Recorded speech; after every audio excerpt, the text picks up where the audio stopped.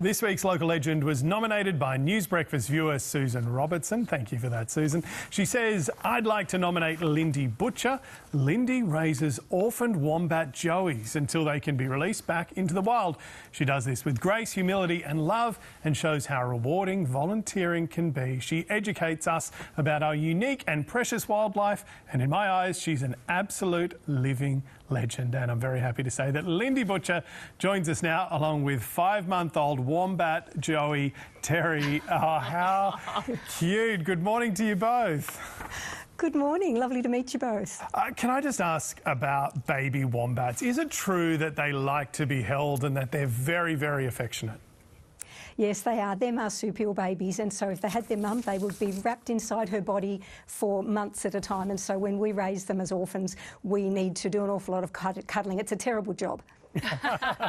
Lindy, tell us a bit about the little wombat you've got there. So I was actually out with a fellow wombat carer about 6 weeks ago visiting a release site, and she religiously stops for animals on the side of the road, for dead animals, and checks for pouches. And this little one was in his mum's pouch, his dead mum's pouch, and she actually had to cut him out because the mum had been dead for a while. And he was only about 500 grams then.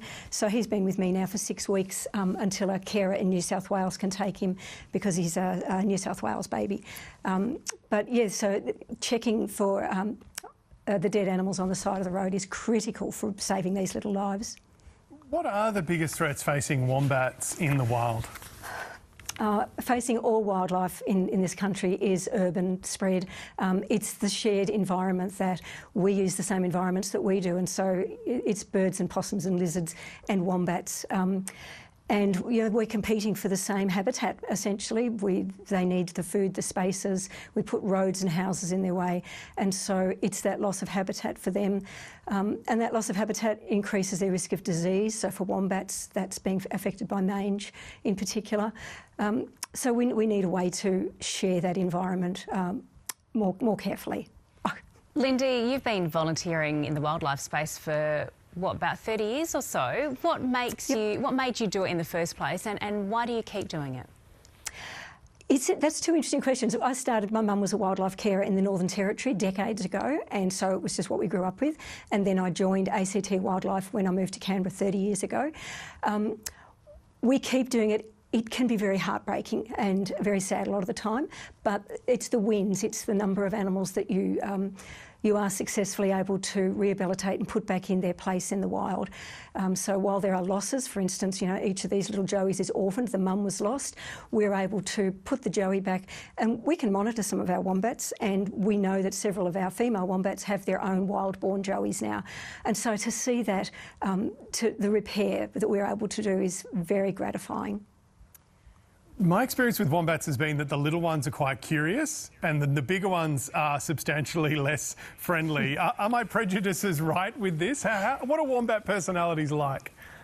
Absolutely right. As little ones, they are like a fat, happy, adoring toddler. They just love you to bits. They want to be where you are. They're under your feet. I can see it on the screen now. They just want to be with you. But they're a bit like teenage humans. Once they get to, pre-sexual maturity, they become a bit surly. They're very nocturnal by then, and they don't really want anything to do with us. And that's our message, that it's getting close for them to be released back into the wild. I'm loving that picture on the screen right now of my son feeding one of them the other day. Lindy, you have quite the social media following, I'm told, as well. Tell us about that and how, I guess, does that help you get the message out there, or has that been unexpected? Yes, social media, when used for good, I think is an amazing tool. My children started me on this about 6 years ago, and I've been very pleasantly surprised at the interest in wombats internationally. So a lot of those followers are from overseas.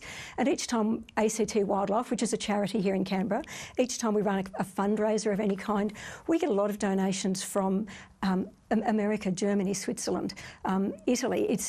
People are passionate about our wombats in particular, but our wildlife as well. So have been very pleasantly surprised. Lindy, just before we let you go, what's your message? If someone comes across a wombat that's been killed on the side of the road, what should they do? If it's safe, and only if it's safe, to stop and check to see is it a mum? Does she have a pouch, a baby in the pouch? And if so, if you're not confident with rescuing it, call ACT Wildlife or the nearest wildlife group near you. There are wildlife charities all over the country doing this work, all funded, working by volunteers. Although I have to say, the ACT government supports ACT Wildlife here incredibly generously, and we're very grateful for that. It allows us to do the work we do without reaching into our pockets so much, which is really important when you do this for 30 years. Lindy, thank you so much for getting up early, and thank you for bringing Terry in as well. You're welcome. Lovely to talk to you both. Thank you.